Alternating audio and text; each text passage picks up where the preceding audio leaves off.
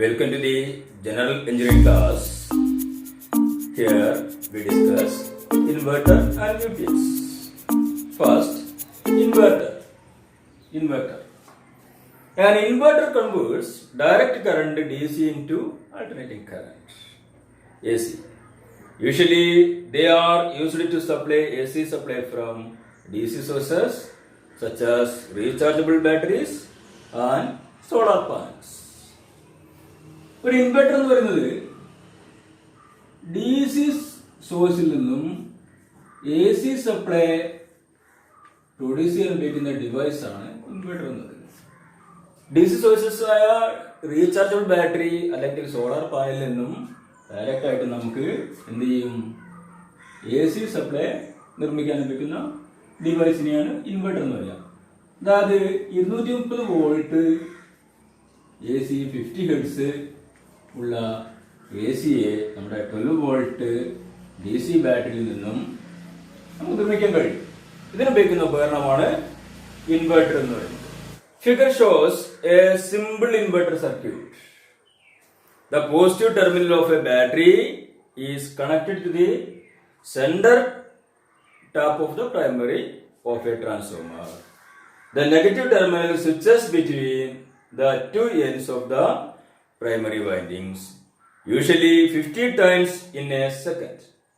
The alternation of the direction of current in the primary winding of the transformer produces alternating current in the secondary circuit. ഇവിടെ വളരെ ലളിതമായ ഒരു circuit, ഇത് പൂർത്തീകരിച്ച circuit അല്ല, നമുക്ക് അതിന്റെ വർക്കിംഗ് മനസ്സിലാക്കാൻ വേണ്ടി ചെറിയൊരു സർക്യൂട്ട് വെച്ചാൽ ഇവിടെ നമ്മൾ ബാറ്ററി സോഴ്സ് ഉണ്ട്, ഒരു ട്രാൻസ്ഫോമർ ഉണ്ട്. ട്രാൻസ്ഫോമറിന്റെ പ്രൈമറിയിൽ സെൻട്രൽ ടാപ്പ് ഉണ്ട്, സെക്കൻഡറിയിൽ സ്റ്റെപ്പ് അപ്പ് ചെയ്യുന്ന ട്രാൻസ്ഫോമർ ആണ്. സെക്കൻഡറിയിലെ വൈൻഡിങ്ങിൽ നമ്മൾ ലോഡ് കണക്ട് ചെയ്യുന്നു. ആ പ്രൈമറി വൈൻഡിങ്ങിലേക്കുള്ള രണ്ട് എൻഡിലുള്ള ലീഡുകൾ കണക്ട് ചെയ്യാൻ വേണ്ടിയിട്ട് നമ്മളൊരു സ്വിച്ചിങ് ഡിവൈസ് ഉപയോഗിക്കും. ഇവിടെ ബാറ്ററിയുടെ പോസിറ്റീവ് ഈ സ്റ്റെപ്പ് അപ്പ് ട്രാൻസ്ഫോമറിന്റെ പ്രൈമറി വൈൻഡിങ്ങിലെ സെൻട്രൽ ടാപ്പിലേക്ക് കണക്ട് ചെയ്യുന്നു. ബാറ്ററിയുടെ നെഗറ്റീവ് ടെർമിനലുകൾ ഒരു സ്വിച്ചിങ് ഡിവൈസ് ഉപയോഗിച്ചിട്ട് പ്രൈമറി വൈൻഡിങ് എൻഡിലുള്ള രണ്ട് ലീഡുകളിലേക്ക് മാറി മാറിയാണ് കണക്ട് ചെയ്തത്. ഇങ്ങനെ മാറി കണക്ട് ചെയ്യുന്നു. മാറി കണക്ട് ചെയ്യുന്നതുകൊണ്ട് തന്നെ ഈ സപ്ലൈ ഒരിക്കല് ഈ ഡയറക്ഷനിലേക്ക് ഫ്ലോ ചെയ്യുകയാണെങ്കിൽ അടുത്ത ഇൻസ്റ്റന്റിൽ ഈ ഡയറക്ഷനിലേക്ക് ഫ്ലോ ചെയ്യും. അങ്ങനെ ഡയറക്ഷൻ ഇങ്ങനെ മാറി ഫ്ലോ ചെയ്യുന്നതുകൊണ്ട് അതൊരു സെക്കൻഡിൽ 50 പ്രാവശ്യം ഈ സ്വിച്ചിങ് നടക്കുന്നതുകൊണ്ട് തന്നെ അത് 50 പ്രാവശ്യം ദിശ മാറി ഫ്ലോ ചെയ്യുന്നതുകൊണ്ട് നമ്മളിവിടെ അതിന്റെ സെക്കൻഡറി വൈൻഡിങ്ങിൽ ഒരു EMF ഇൻഡ്യൂസ് ചെയ്യും. ആ EMF നമുക്ക് 230 വോൾട്ട് 50 ഹെർട്സ് രീതിയിലേക്ക് സംവേദനം ചെയ്യും.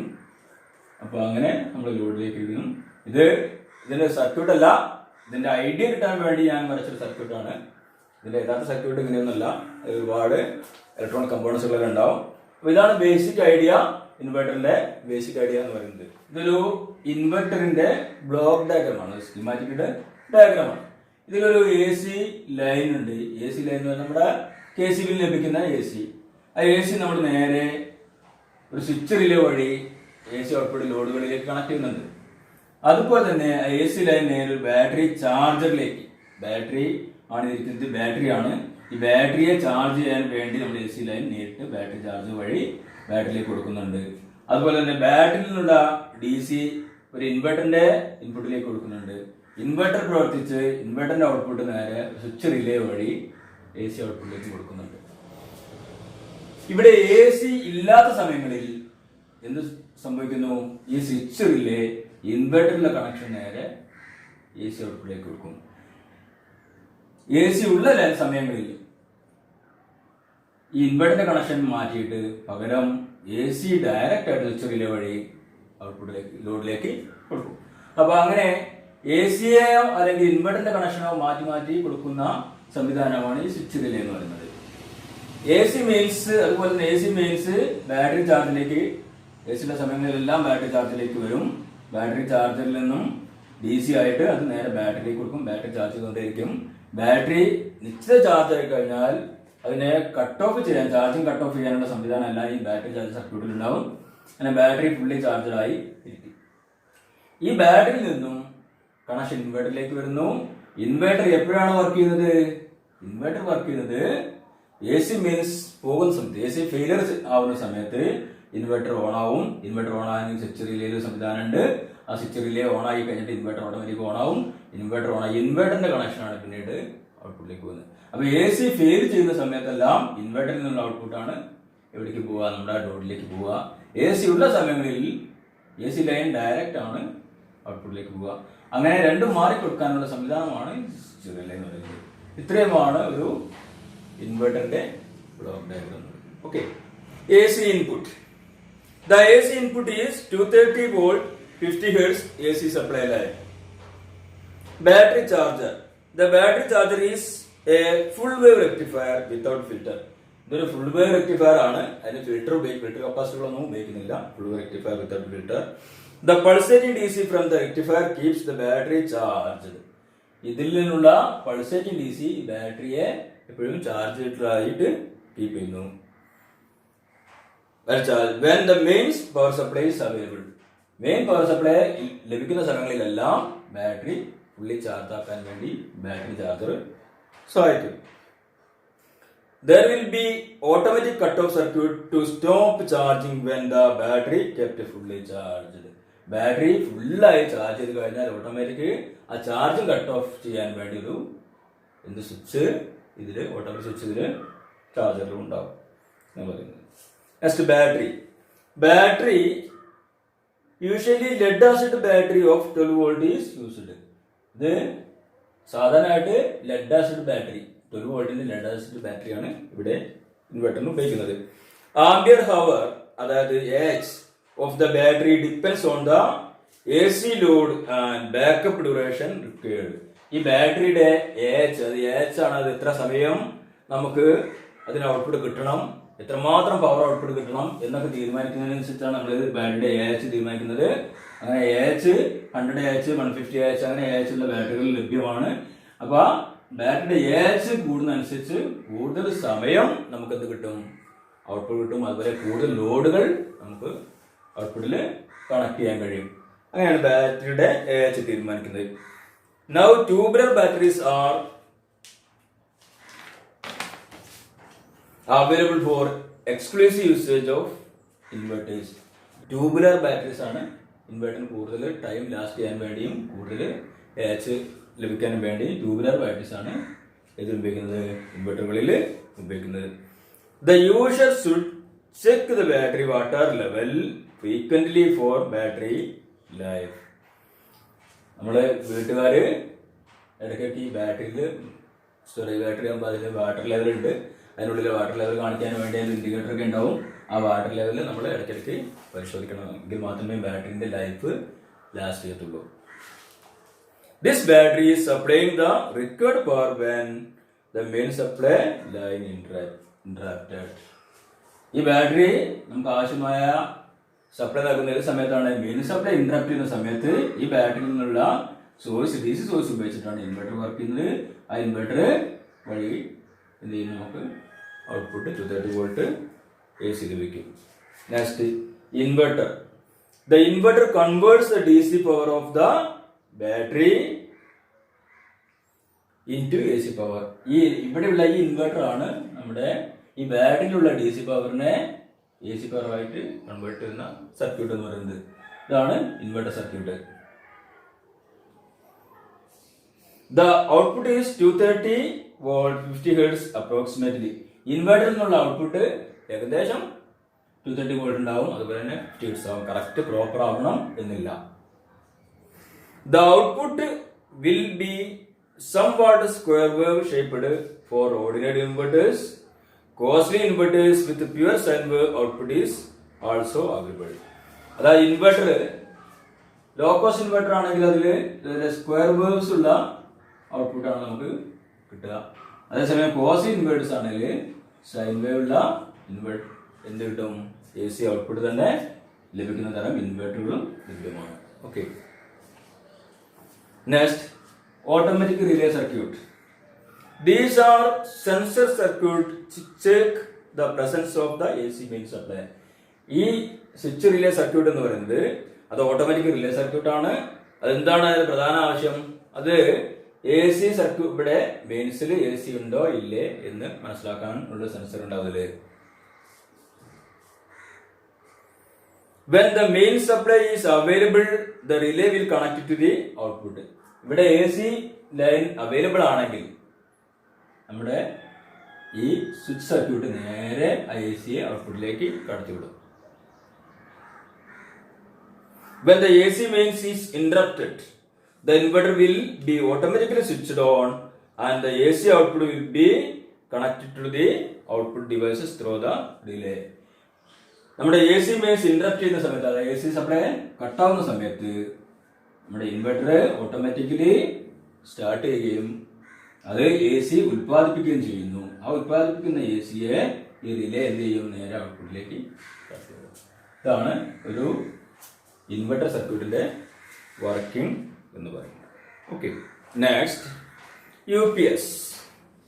UPS stands for uninterrupted power supply and there are two types. UPS എന്ന് പറയുന്നത് അൺഇൻറ്ററപ്റ്റഡ് പവർ സപ്ലൈ, അതായത് ഒരു സമയത്തും പവർ സപ്ലൈയിൽ ഇന്ററപ്ഷൻ വരത്തില്ല. UPS ഓണായി കടന്നു കഴിഞ്ഞാൽ കറണ്ട് പോയാലും കറണ്ട് വന്നാലും നമ്മൾ അറിയത്തേയില്ല. അത് ഏത് സമയത്തും ലോഡ് കണ്ടിന്യൂസ് ആയിട്ട് വർക്ക് ചെയ്യും. അതാണ് അൺഇൻറ്ററപ്റ്റഡ് പവർ സപ്ലൈ എന്ന് പറയുന്നത്. അത് രണ്ട് തരത്തിലുണ്ട്. വൺ ഈസ് ഓൺലൈൻ UPS എന്ന് പറയും, online UPS. Other is offline UPS എന്ന് പറയും, ഓഫ്ലൈൻ UPS. അങ്ങനെ രണ്ട് തരത്തിലുള്ള UPS അവൈലബിൾ ആണ്. One is online UPS, another is offline UPS. Online UPS. An online UPS is always on. Online UPSന്റെ inverter എന്ന് പറയുന്നത് മുഴുവൻ സമയങ്ങളിലും ഓൺ ആയിക്കൊണ്ടിരിക്കും. അത് എപ്പോഴും വർക്ക് ചെയ്തുകൊണ്ടിരിക്കും. എല്ലാ UPSലും ഒരു ഇൻവെർട്ടർ സർക്യൂട്ട് ഉണ്ടാവും.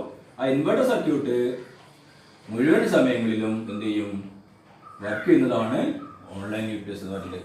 അതായത് കറണ്ട് ഉള്ള സമയത്തും കറണ്ട് ഇല്ലാത്ത സമയത്തും ഇൻവെർട്ടർ വർക്ക് ചെയ്തുകൊണ്ടിരിക്കുന്നതാണ് ഓൺലൈൻ UPS.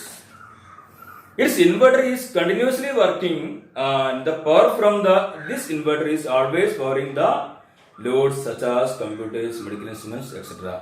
ഇത് മുഴുവൻ സമയങ്ങളിൽ കറണ്ടുള്ള സമയത്തും കറണ്ടില്ലാത്ത സമയത്തും വർക്ക് ചെയ്തുകൊണ്ട് അതിൽ നിന്നുള്ള AC ഔട്ട്പുട്ട് ആണ് മുഴുവൻ സമയങ്ങളിലും ഔട്ട്പുട്ട് ലോഡിലേക്ക് കൊടുക്കുന്നത്. സാധാരണയായിട്ട് ഇത് മെഡിക്കൽ ഇൻസ്ട്രുമെന്റ്സിനും കമ്പ്യൂട്ടറിനും വേണ്ടിയെല്ലാം ഓൺലൈൻ UPS നമ്മൾ കൊടുക്കും. ഓൺലൈൻ UPS കൊടുത്തു കഴിഞ്ഞാൽ ഒരിക്കലും എന്ത് ചെയ്യില്ല, ഓഫായി ഓണാവുന്ന ഗ്യാപ്പ് കിട്ടില്ല. ഇൻവെർട്ടർ കറണ്ട് വരുന്ന സമയത്ത് ഇൻവെർട്ടർ ഓണാവുകയും ഓഫ് ആവുകയും കറണ്ട് പോകുന്ന സമയത്ത് ഇൻവെർട്ടർ ഓണാവുകയും ചെയ്യുന്ന ആ ഒരു ചേഞ്ചിങ് ഇവിടെ നടക്കത്തില്ല. ഇവിടെ മുഴുവൻ കറണ്ടുള്ള സമയങ്ങളിലും കറണ്ടില്ലാത്ത സമയങ്ങളിലും ഇൻവെർട്ടർ വർക്ക് ചെയ്തുകൊണ്ടിരിക്കുന്നു. അതിന്റെ ഔട്ട്പുട്ടാണ് നമ്മൾ കമ്പ്യൂട്ടറുകൾ അതുപോലെ തന്നെ മെഡിക്കൽ ഉപകരണങ്ങളിലേക്കെല്ലാം കൊടുക്കുന്നതെങ്കിൽ അത്തരം UPS ആണ് ഓൺലൈൻ UPS എന്ന് പറയുന്നത്.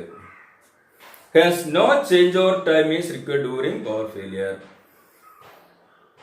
The batteries are always being charged by the rectifiers working on the mains power.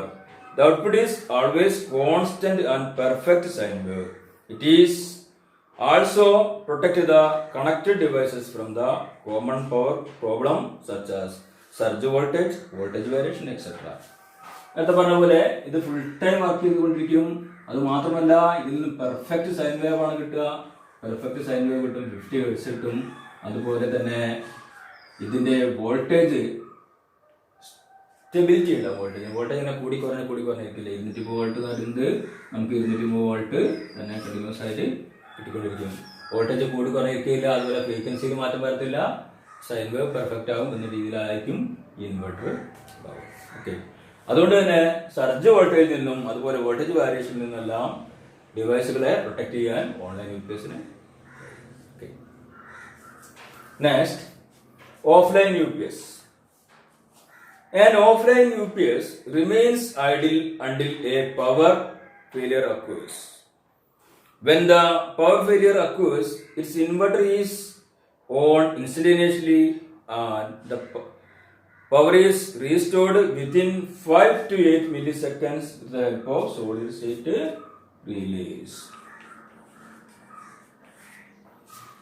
ഇവിടെ ഓഫ്ലൈൻ UPS പറയുന്നത് പവർ എപ്പോൾ പോകുന്നുവോ അപ്പോൾ ഇൻവെർട്ടർ വർക്ക് ചെയ്യാൻ തുടങ്ങും.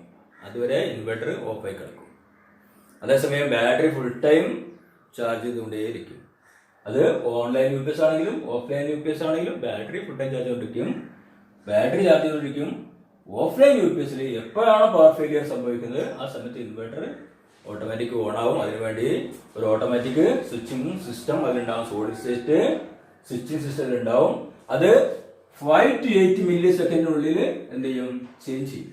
കറണ്ട് പോയി കഴിഞ്ഞാൽ 5 മുതൽ 8 മില്ലി സെക്കൻഡിനുള്ളിൽ തന്നെ നമ്മുടെ ഇൻവെർട്ടർ വർക്ക് ചെയ്തിട്ട് പ്രവർത്തിക്കാൻ തുടങ്ങും.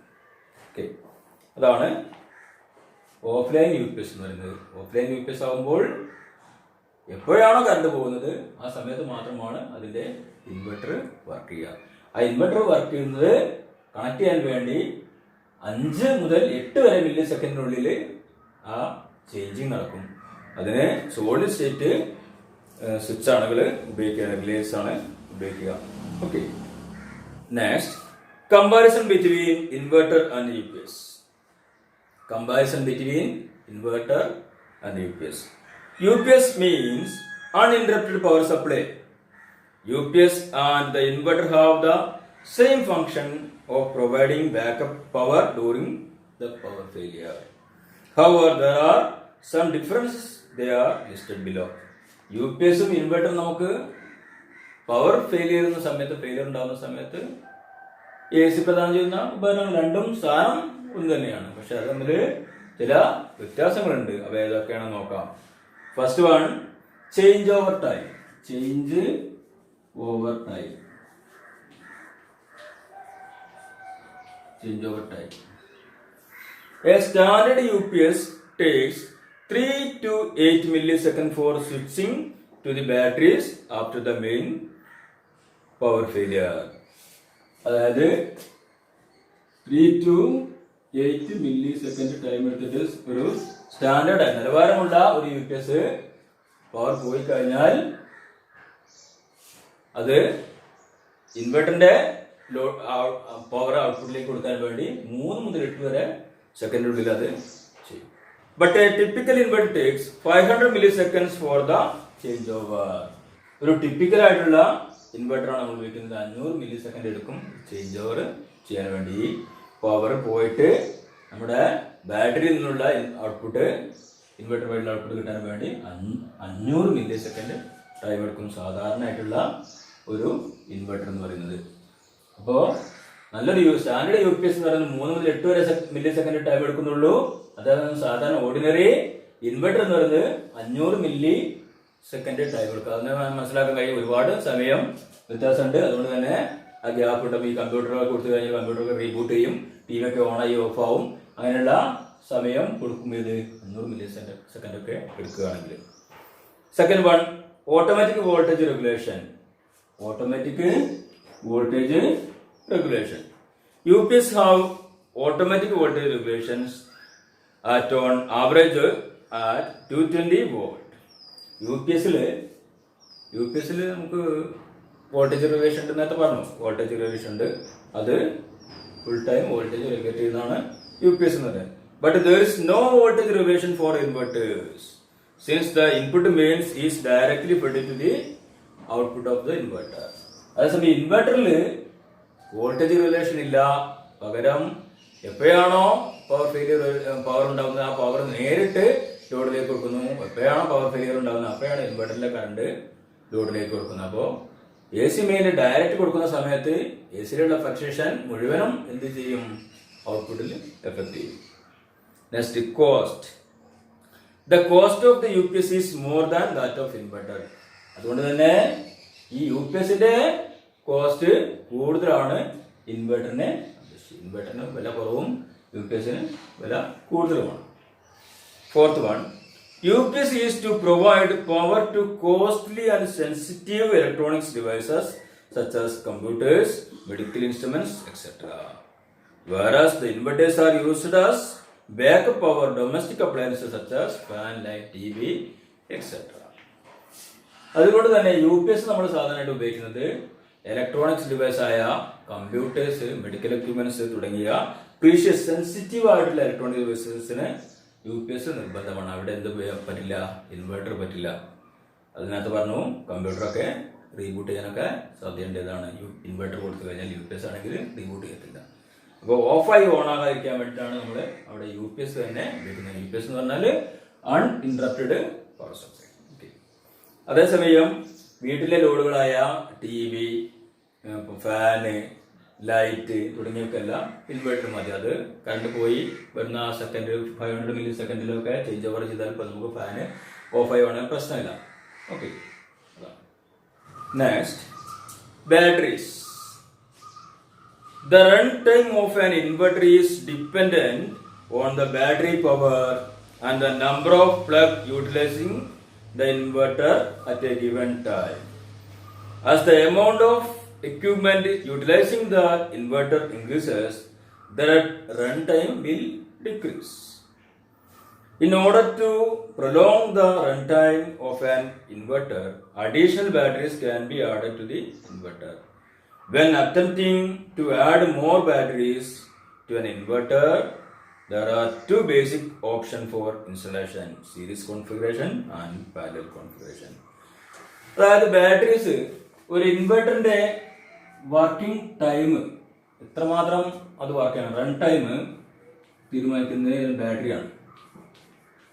ബാറ്ററിയുടെ AH ആണ്, നേരത്തെ പറഞ്ഞു AH ആണ് അതിന്റെ റൺ ടൈം തീരുമാനിക്കുന്നത്. അപ്പം ബാറ്ററി കൂടുതൽ AH ഉള്ളതാണെങ്കിൽ റൺ ടൈം കൂടും. അതുപോലെ റൺ ടൈം കൂടാൻ ബാറ്ററിയുടെ AH കൂട്ടണം.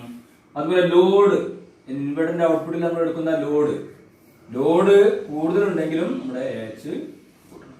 ലോഡ് കൂടുതലുണ്ടെങ്കിലും AH കൂട്ടണം. അപ്പോൾ AH കുറച്ച് ഉള്ള ബാറ്ററി വെച്ചിട്ട് ചെറിയ ഇൻവെർട്ടറിൽ കൂടുതൽ ലോഡ് കൊടുത്തു കഴിഞ്ഞാൽ പെട്ടെന്ന് തന്നെ ചാർജ് കിട്ടും.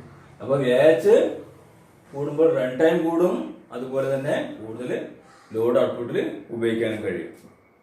അതാണ് പറയുന്നത്. The amount of equipment utilising inverter increases the run time.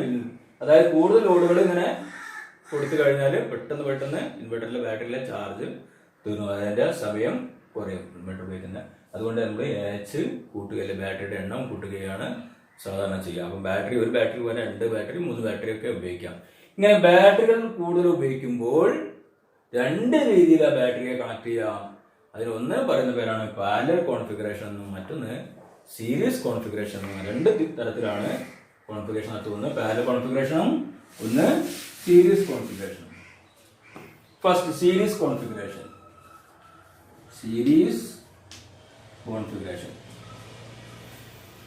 If the goal is to increase the overall voltage of the inverter, series configuration ആണെങ്കിൽ ആ ഇൻവെർട്ടറിന്റെ ഓവറോൾ വോൾട്ടേജ് ആണ് കൂടുക. സീരീസ് ആയിട്ട് ഇങ്ങനെ കണക്ട് ചെയ്ത് കഴിഞ്ഞാൽ ഒരു 3 ബാറ്ററി 2-3 ബാറ്ററി എടുത്തിട്ട് നമ്മൾ അതിനെ സീരീസ് ആയിട്ട് കണക്ട് ചെയ്യുകയാണെങ്കിൽ ഇതിൽ 12 വോൾട്ട്, ഇതിൽ 12 വോൾട്ട്, ഇതിൽ 12 വോൾട്ട്.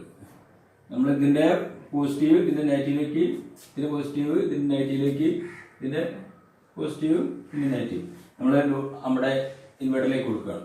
അങ്ങനെ കൊടുക്കുമ്പോൾ ഇതാണ് സീരീസ് കണക്ഷൻ എന്ന് പറയുന്നത്. ഇങ്ങനെ സീരീസ് ആയിട്ട് കണക്ട് ചെയ്യുകയാണെങ്കിൽ ഓവറോൾ വോൾട്ടേജ് കൂടും. 12 എത്രയാവും? 36. അങ്ങനെ വോൾട്ടേജ് കൂട്ടാൻ വേണ്ടി എന്ത് ചെയ്യാം? സീരീസ് ആയിട്ട് കണക്ട് ചെയ്യാം. അപ്പോ സീരീസ് ആയി കണക്ട് കഴിഞ്ഞാൽ to increase the overall voltage of the inverter, one can DC chain batteries in a series configuration. അതിങ്ങനെ DC chain ആയിട്ട് നമ്മൾ കണക്ട് ചെയ്യുകയാണെങ്കിൽ വോൾട്ടേജ് ഓവറോൾ വോൾട്ടേജ് കൂട്ടാം. In series configuration, if a single battery dies, the other batteries will not be able to power the load. നമ്മളിങ്ങനെ series ആയിട്ട് connect ചെയ്യണം. Series കോൺഫിഗറേഷനിൽ connect ചെയ്യുകയാണെങ്കിൽ ഇതിൽ ഏതെങ്കിലും ഒരു ബാറ്ററി കേടുന്നുപോയി. ഉദാഹരണത്തിന് ഈ ബാറ്ററി കേടുന്നുപോയി. ഈ ബാറ്ററി കേടുന്നു കഴിഞ്ഞാൽ പിന്നെ ഔട്ട്പുട്ട് ലോഡിലേക്ക് എന്ത് ചെയ്യില്ല, കണക്ഷൻ കിട്ടത്തില്ല. കാരണം എന്താ, നടുവിലുള്ള കണക്ഷൻ പോയി. ഇതാണ് സീരീസ് കോൺഫിഗറേഷന്റെ ഒരു ഡ്രോബാക്ക് എന്ന് പറയുന്നത്. ഓക്കെ. Next, parallel configuration.